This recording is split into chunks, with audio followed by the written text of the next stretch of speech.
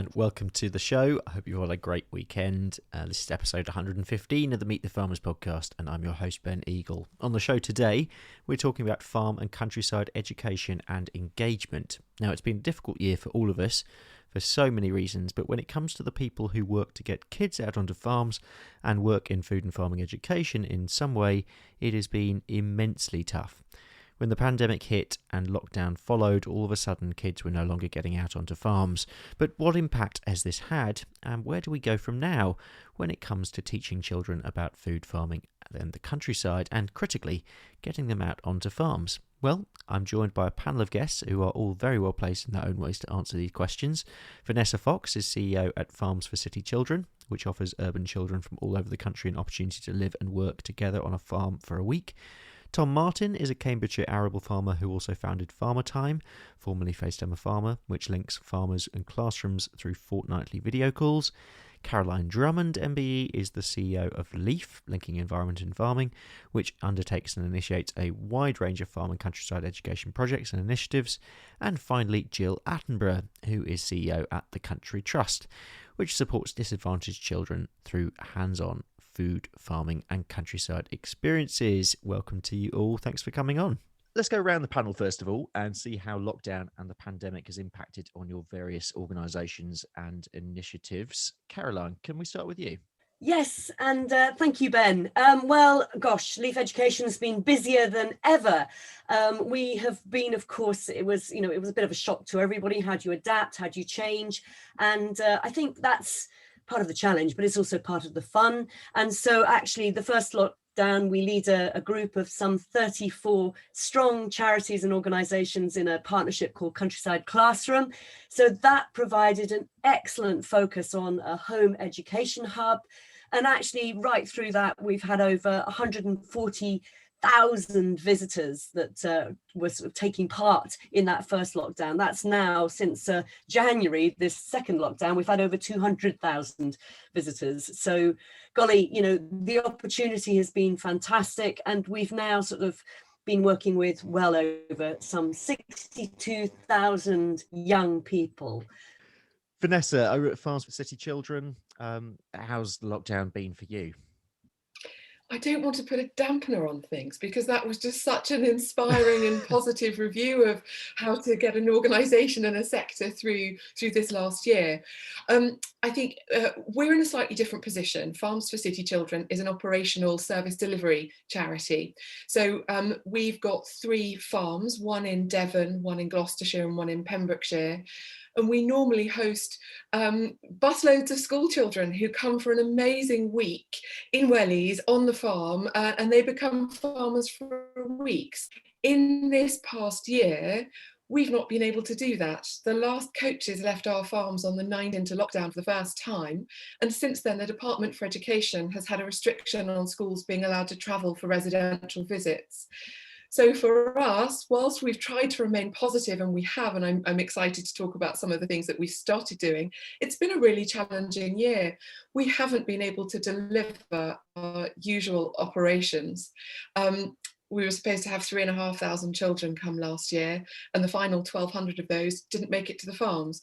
So I think we've been ever so mindful of that cohort of children, thinking about actually not just that they're not at our farms and how terrible it is that they're not having that experience, but actually there's a whole generation of children whose childhood experiences are going to be dominated by lockdown. They are this lockdown generation. So we've been really mindful of that through this last year and thinking about how can we make sure we're ready to welcome them back as soon as they're able to, and what can we do in the meantime to make sure that that connection with countryside food and farming persists. So of course, LEAF have been doing great work. Everyone here has been doing great work in that regard. And for us, and I'll talk about it perhaps a bit more later, we were able to pivot quite quickly and start welcoming much more local children for day visits. So it's had this COVID pandemic has had a hideous impact across the charity sector, not just our charity, but it really has for us. You can understand that donor money has gone towards the frontline healthcare response, and we all understand that that's very much needed. But for organisations like ours that provide these opportunities for children, it's really really important that we're still here and that we can welcome them in the future as soon as the government allow them to come back to the farms. Jill, your take from the Country Trust. Yeah, well, a year ago, all our work with disadvantaged children was face-to-face. So day visits to real working farms, year-long programmes teaching children to grow and cook, and then residential visits to the countryside as well. Then it all stopped and about 18,000 children suddenly were unable to take part. But we quickly became aware that the opportunities and experiences were so needed, and that if we couldn't take children to farms, then we'd bring farms to children. And so we created Farm in a Box. And it's a programme that's still very much about connecting a group of children with a farm and a farmer, but via literally a great big box full of produce and resources from farms with video and live links and hands-on investigative activities, mostly taking place outside. But also importantly, and Vanessa's touched on this, I think, and it's about supporting social and emotional well-being. And the feedback for Farm in a Box, we've delivered it to getting towards 4,000 children now, a full day experience. And the feedback's been really excellent. We're told it's almost as good as a visit to a farm. So we've gone on and developed further versions. Last term, we did a version for home learning because of lockdown 3. And we're now about to pilot a version at scale for areas where we don't have a presence on the ground. And we're looking ahead to a climate change version 2. And we're also using it as a stepping stone to farm visits now that Department for Education advice has changed and schools are booking in farm visits again. And Tom, I mean, the entire world has turned virtual this year, but in many ways you were engaged in virtual education before. What's your take on the last year been? Obviously, farming is my main business, and whilst there have been a few changes on the farm, farming has continued really as business as usual. But I don't think that's the reason I'm here on the panel. Obviously, with Farmer Time, virtual communication is our bread and butter. And so many things really throughout the year. And the challenges we've had with children at their home locations, having a Farmer Time call, a live call from the farm, hasn't been impossible at all, actually, but it's certainly had its challenges. And farmers often, instead of making video calls directly to the classroom, have joined class Zoom calls. And in many cases have also recorded videos as well. So a direct relationship, although not always live. So we've certainly had to be flexible, but it's great. I feel like the rest of the world are catching up. Yeah, let's think about where we're going now. In terms of where we are right now, we're recording this in April 2021. Lockdown measures are still slowly moving away.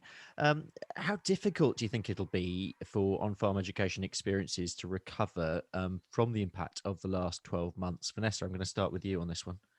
Thank you. Listen, we've had some really exciting conversations with the schools that routinely and regularly come to our farms. We've been in touch with them over the last month or two, and the overwhelming response is that they just cannot wait to get the children back out into the countryside, into the farming environment, and more now than ever. I think that as a nation, we've all had this experience of being locked down, and we've all enjoyed our escape into the great outdoors, whatever that looks like, if we're in a town, a city, or the country, and back out of the classroom and engaging together as a peer group.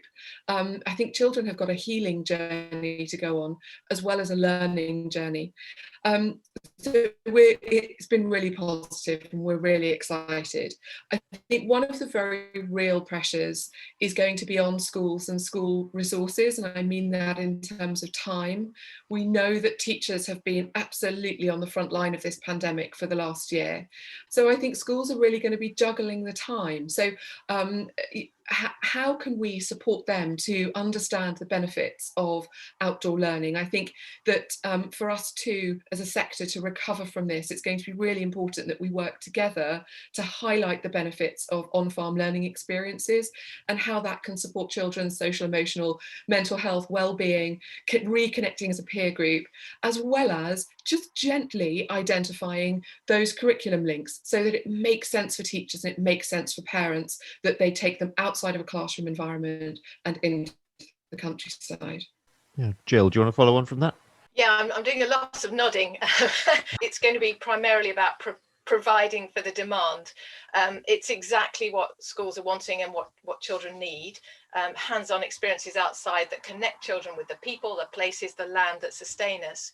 A teacher that I was speaking to last week, who's a head of a very large multi-academy trust, and she was talking about the healing power of time outside.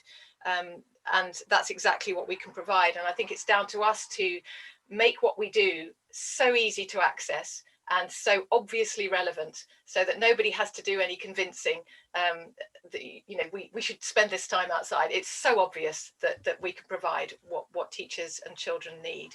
With others around this virtual table, we're also trying to ensure that there's support in place in the new ELM scheme to enable as many farmers as possible to be part of this recovery, especially those close to urban areas.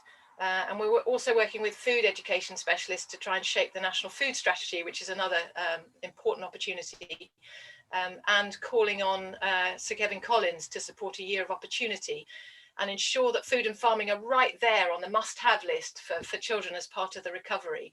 Everybody talks about sport, art, music, drama. You know, those are the known things that people think should be part of a recovery.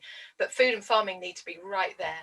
And Caroline, I mean, we're seeing in many other sectors the way that we work is probably going to be changing going forward. A lot of offices are going to be going down to working from home, but at least part of the time. So there have been changes to the way that we live and work. What about your main learning points from the last 12 months? And is there anything that you've learned in a farm education framework that you think will actually stick post lockdown? Definitely. Well, learnt a lot. And you know, I think as both Jill and Vanessa have said, you know, for many teachers, it's that opportunity for grasping the connections that food, farming and the environment really are sort of in your face out there on the land, but actually add value to people's well-being, mental health and well-being, physical health and well-being, but actually also some of those more emotional learning in different settings, right through to, of course, that great big space. And you know, we take as farmers, we take for granted actually that opportunity to access for acres of air, fresh Absolutely. air. And so we've learned a lot of the opportunity from that perspective, but we've got to remember there are a lot of schools, a lot of teachers that are going to be quite nervous about, you know, they've got so much pressure in terms of really trying to address the sort of basic literacy and numeracy issues that have kind of been lost or felt to be lost over the last year in some areas. So, you know, we do have to make farming come alive. We always kind of feel really, very excited by the fact that farming touches every 5 senses. And so from that point of view, the more senses that you can touch, obviously the deeper the learning experience. So our capability to build resources in different ways, ensuring and building, you know, this is what Countryside Classroom's been really great opportunity, this focused and obviously meeting the exam spec. It's easier for teachers, so that's going to be really important.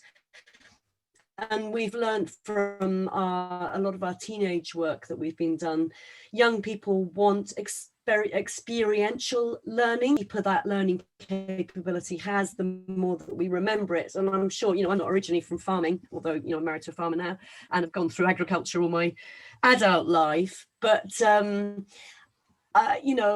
it was the experiences as a young child that raised my interest in farming and in nature and in the environment. And I think, you know, we mustn't undermine or forget just how valuable these on-farm experiences are in terms of driving change. So we've got to support teachers, and we've also got to support farmers in ensuring that not only do they have the good confidence, but they really are driving that change. And I think, you know, what Jill has said through the ELMs in terms of making sure that where we have educational visits, they are quality educational visits that are fit for purpose, are going to be absolutely key. Let's take a step back now and think long term. In terms of a vision for farm and countryside education, what would that vision be for you? And what small steps would you take to get there? Jill, can we start with you on this?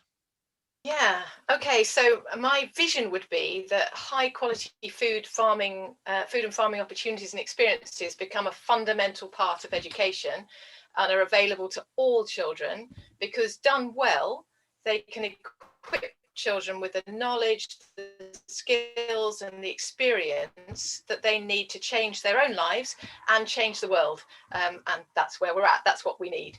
In terms of small steps, I would join up thinking across the Department of Health, Department of Education and Environment, and use this amazing moment when there's real momentum and opportunity for significant change in both agriculture and education and health.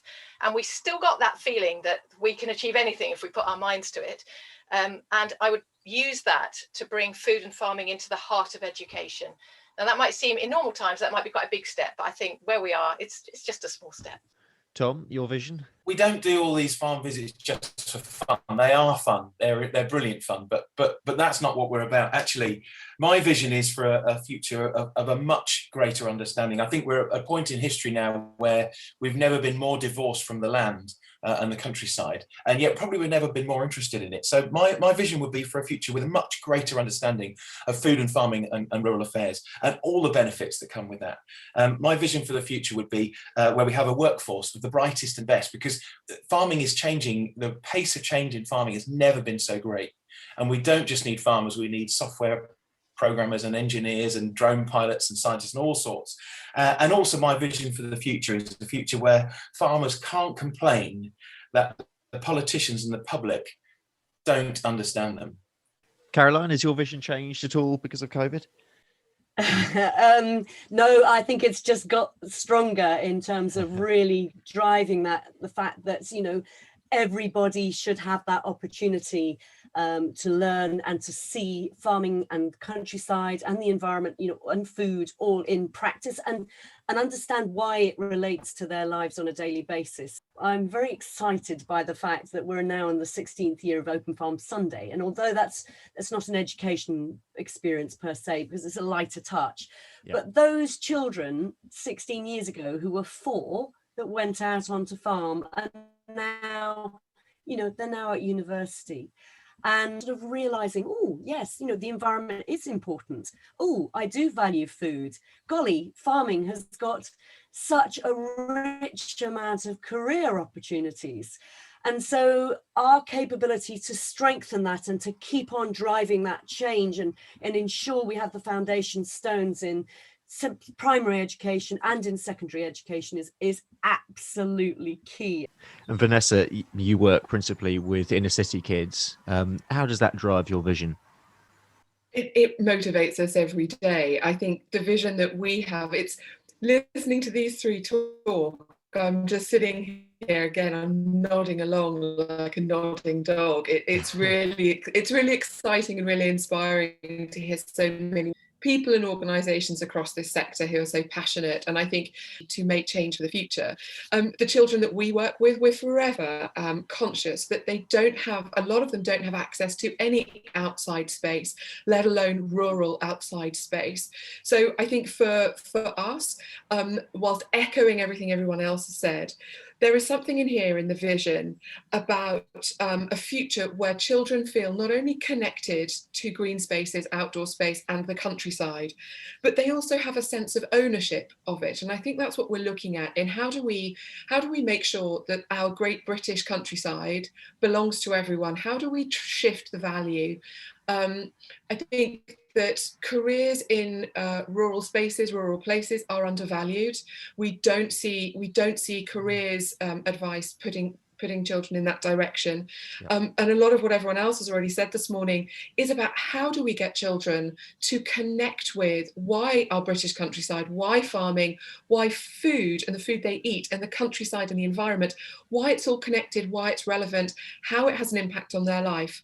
Certainly for us, as we go about relaunching our programmes and thinking about the longer term future, we will be thinking ever increasingly about what is it that the children take away from their farming experiences. And it is knowledge about farming and the countryside, but we also really deal in self-belief and self-confidence, and a positive experience that children can reflect back on, and want to replicate and emulate. So I think that's what we can do. We can make sure that children have a practical hands-on experience that they can all enjoy, they can all take something away from, and go forwards to become conscious consumers of the future, and countryside champions as they go into their older adolescence and adult life.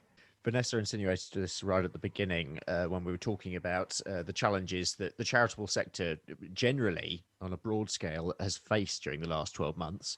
I'm interested in terms of extra resources that you all require to actually physically get more kids out onto farms at the moment, / continue the really good work that you're doing. Question on resources, Caroline?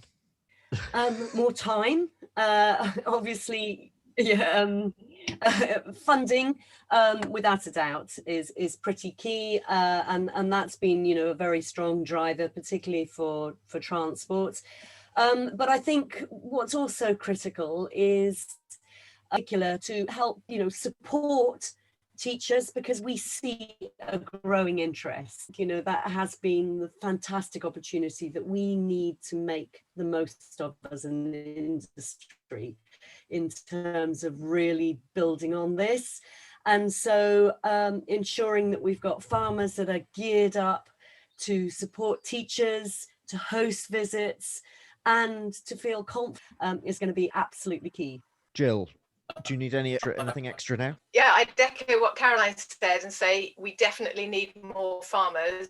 That includes what I might call non-traditional farmers and growers, and those growing non-traditional crops, so that we can increase the diversity of what we're able to introduce children to. And those doing exciting things, about those who are really future facing, whether it's about the crops they grow, their practices, the technology they use, their thinking, all of that is really stimulating for children. So we need more farmers, more food growers. So Tom, have you got a message for farmers? Yeah, I mean, really listening to what everyone said today, and certainly our own experiences with Farmer Time. This is us throwing down the gauntlet to UK farmers. This is our opportunity to shape the future. If you why not host a residential visit? What if not? Why not host a day visit from a local school? And if you don't want to do that, be part of Farmer Time. And if you don't feel you're part of Farmer Time, why don't you host Open Farm Sunday, or even help a neighbour to host Open Farm Sunday? We are the agents of our own destiny here. There are some fantastic organisations represented on this podcast, and actually lots of fantastic organisations not represented.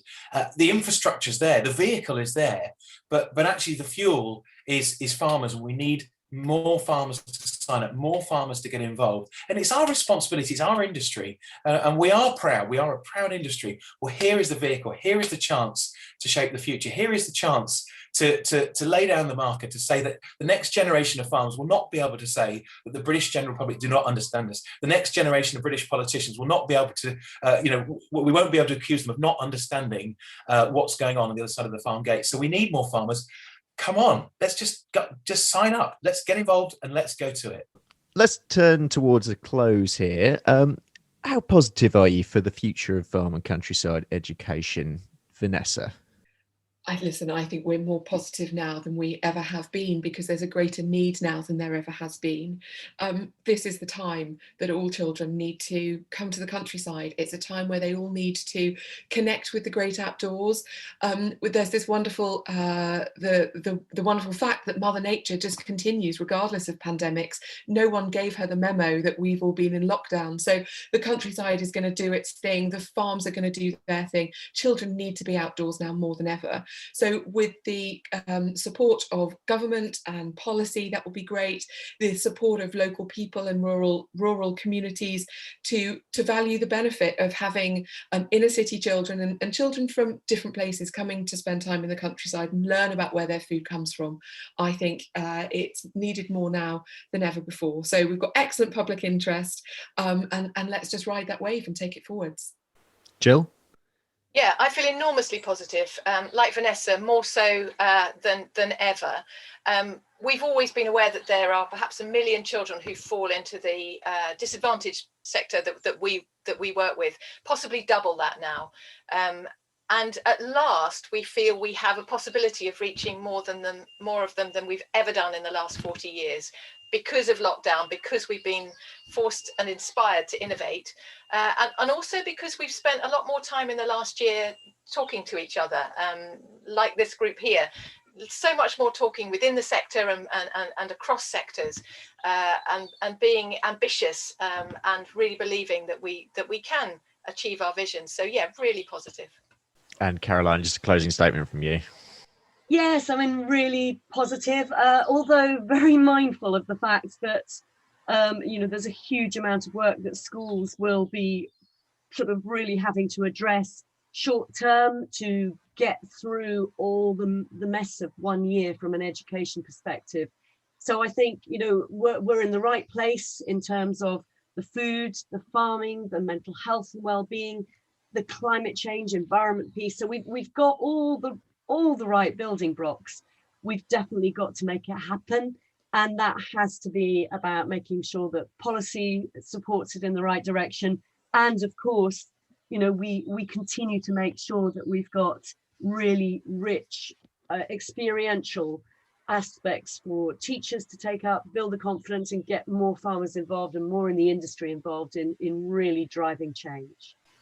Brilliant. Well, a massive thank you to all of you. That is all we have time for. Thank you for listening as well. But a huge thanks to my guests today, Tom Martin, Caroline Drummond, Jill Attenborough and Vanessa Fox. Next time, we'll have a little bit of a break, but then we've got a short series that I'm working on in partnership with the Food Farming and Countryside Commission, focused on linking different voices across the supply chain. That is coming out through all of May. So that will be next time. But until then, have a great week and I'll see you next time.